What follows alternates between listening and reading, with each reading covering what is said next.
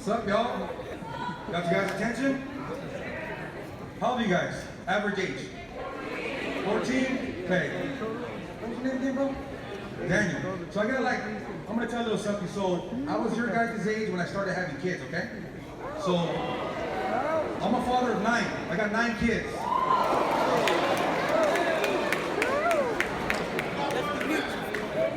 Don't listen to Henry. I got 9 kids. I got 5 girls and 4 boys, right? Starting having kids freshman year, okay? So what I'm going to share with you is my story, right? I mean, it talks about a little bit about my kids, but more of my life and the choices that I made. So I'm 38 years old. I'm from Watsonville, California. I belong to a neighborhood here in Watsonville. I'm not going to say the neighborhood, but I was heavily gang involved with this neighborhood, right? Since I was a kid. Grew up there all my life, all the way up until I was an adult. So back in the day, right, growing up was a whole lot different, right? You had a lot of OGs, that, were in the neighborhood. And that's the kind of stuff I used to look up to, right? All these homeboys and veteranos that would come out of the pen, right? I would look up to that, right? I wanted to be just like them and get that respect that they were getting. Because when we'd get out, we were little kids, right? We'd get really excited. We'd be like, hey, the homeboy Wolfie's out, we'd go and hang out. So that's what I looked up to. So at the age of 12, I got jumped into a gang, right? And as time went on, I started participating in criminal street gang activity, making a name for myself. Age of 14, got my girlfriend pregnant.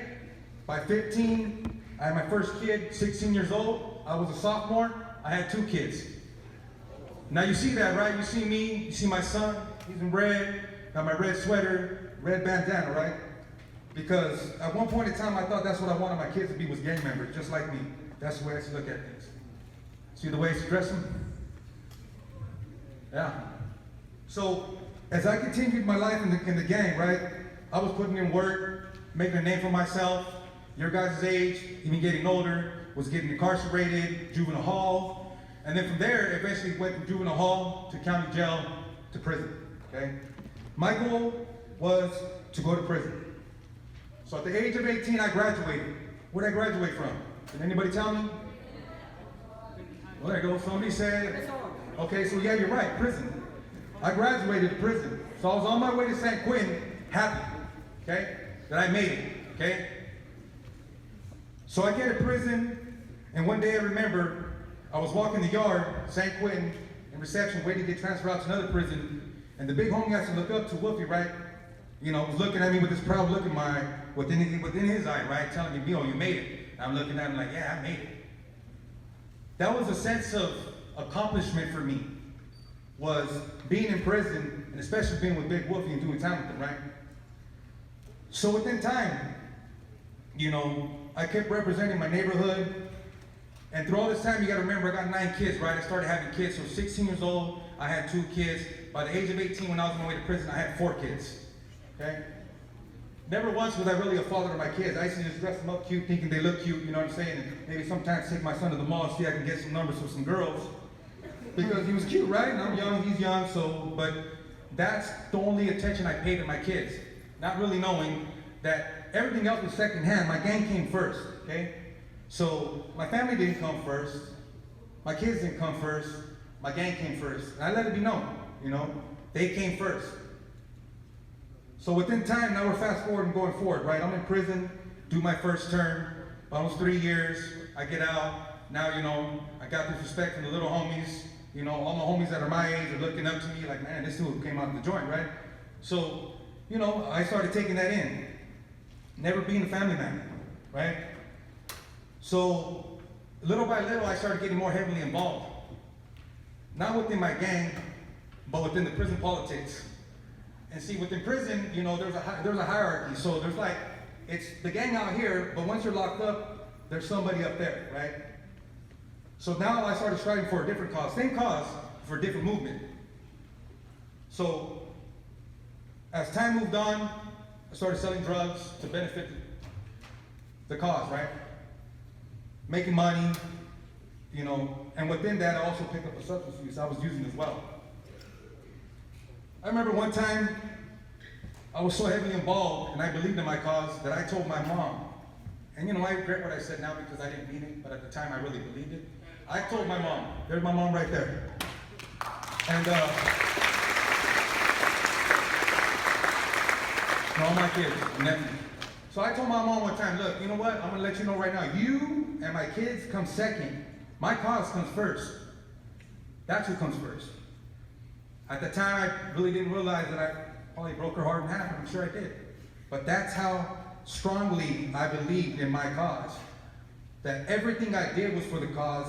My family and kids, if I had time, they came next. You know, my homies, guys that I grew up with, guys that I put in work with, guys that I did time with, that came first. That was my family. So, down the line, you know, as I'm doing this thing and producing and selling drugs for the cause, right? I'm forwarding my money, had to pay a quota. I'm doing all these things, right? Because it's for the causa, right? And that's what I was thinking, right? Down the line, things started going bad.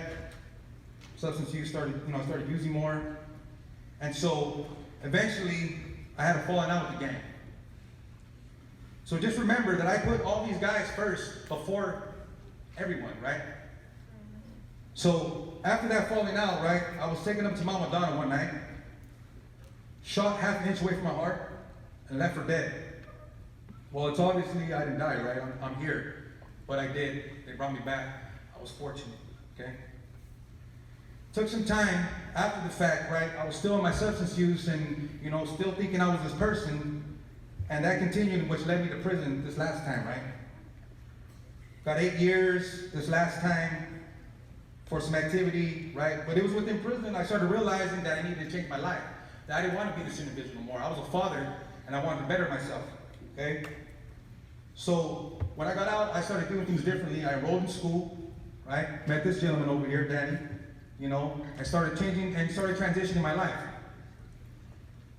So things, that I'm doing now is, I manage a family shelter in Santa Cruz. I don't know if you guys are familiar with Costco, but on the way to Costco, there's a big yellow building. It's the family shelter.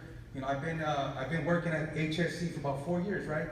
I'm working with folks that have substance use, homelessness, and also, trying to provide services for folks, that are re-entering into society. So, these are all the positive things that I'm doing. I had to make a transition to make change, right? This homeboy that I thought I was for so long, that road didn't get me anywhere. It got me down or dead, straight up. And these are the folks that I would do anything for, would even die for, was the same folks that were the ones that tried to kill me. So that's just something to think about. We always talking about keep it 100, right? So, you guys keep it 100 with yourselves and your families. One thing that I want to share, just 2 things real quick, right?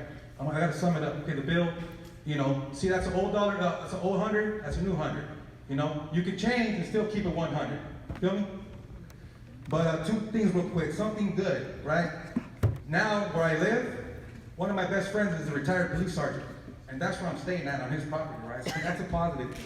Another thing that I want to share, there's something that I've been going through, just real quick to sum it up, right? Is you got choice and you got a decision, right? When you act off emotion and you make that decision, and if it ain't a good one, it can cost you the rest of your life, or it can have big consequences. My son is 21 years old, never been in a gang, sweetest kid ever. Anybody of my friends and family can vouch that he's a good kid, but he made a decision, right, to go somewhere. Now my son is in county jail, been there 6 months, right? The charges being charged with can carry a life, if he's convicted, right? So again, when you guys make decisions and choices, just know if you don't make the right one, it can cost you the rest of your life, or it can be a real impact on yourself and your family. Thank you for letting me speak. Thank you guys.